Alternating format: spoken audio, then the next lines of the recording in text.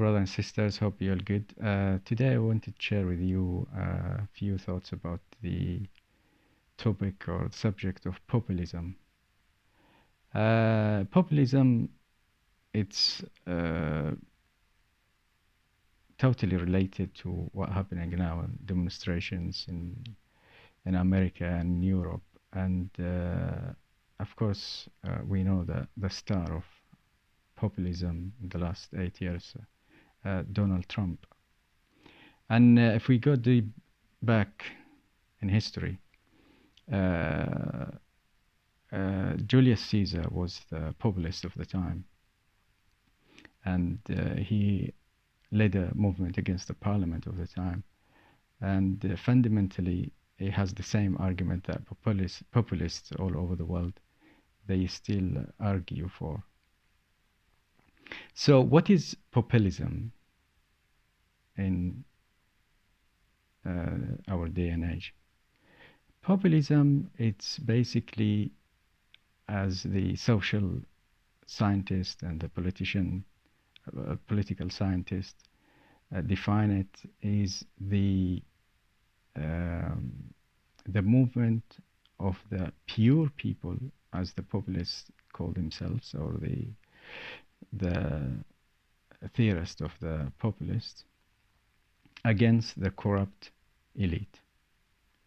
So we find that the populists divide society into two separate groups, in which one of them, the pure people or the masses, and the other is the corrupt elite. Populist leaders always argue that they are with the common man, they are with the people, against the corrupt elite, and the corrupt institutions and the corrupt establishments have no idea and have no mean of governing and dealing with the challenges that the countries are facing then and again. This fundamental understanding of populism by the populist is absolutely different to the understanding of liberal democracy. Liberal democracy see society as a collection of different groups and different people and different ideas. And politics is a mean of compromise among these societies, or among these groups of people, and among these ideological ideas and so on, and political groups. Through history, we'll find that during the French Revolution, there were a lot of populist movements, and we'll find that, of course, after the Second World War, there was some populist movement, and during the Cold War, I think because of the political atmosphere and the severity of the tension of the Cold War, there were not really a successful populist movements. And if we look at these populist movements around the world, we find that it's interesting, actually, in a very fascinating way, that the North, the Western world, and the north of the world, I mean, we find that the northern hemisphere as well, the northern hemisphere, we find that all the movements, the populist movements in the northern hemisphere, are right-wing movements, while the south are left-wing movements.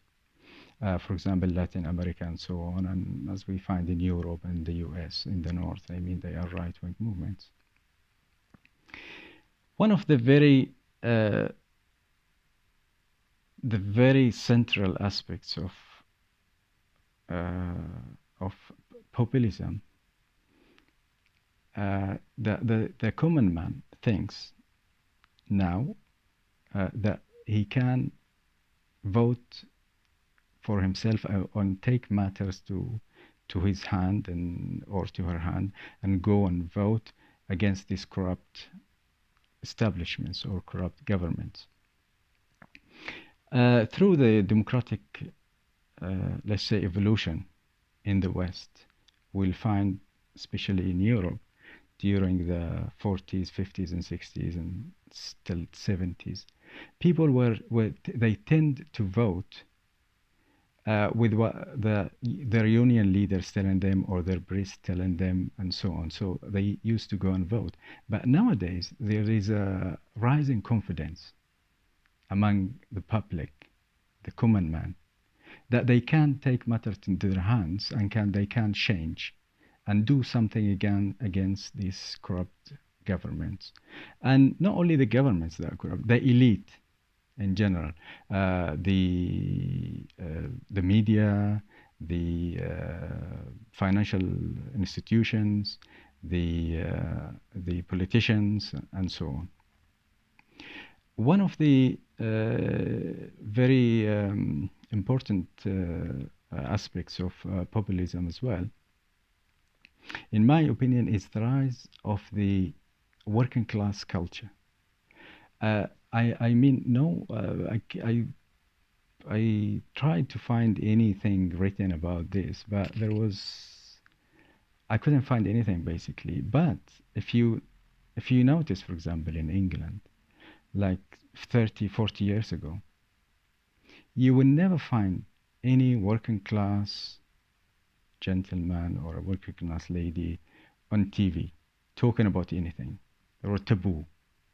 You only find culture, middle class, with Queen English and so on. There was no mention of anyone from a working class background working on TV as a presenter or a program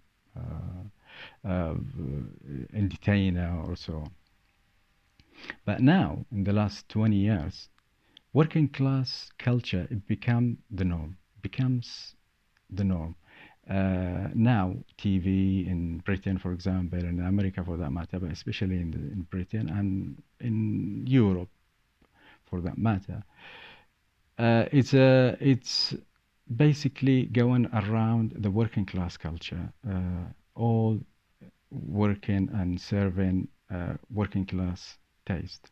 With this in mind, and this, let's say, freedom of the working classes to make their own choices, they start thinking that they could do that as well with politics. And then this populist movement started. We all through history. Since in Europe as well. For example, Hitler was populist, or Mussolini. They were populist, and they always, the target is always the same: the working class, the masses, especially the working class. In my opinion, populism and the roots of populism is fear. Because the masses, especially the working classes, they always fear or things like immigration, globalization. They're gonna lose their work. They fear of the unknown, fear that the elite they're not doing enough, fear that the elite is taking everything and the hard working man are not getting what they deserve.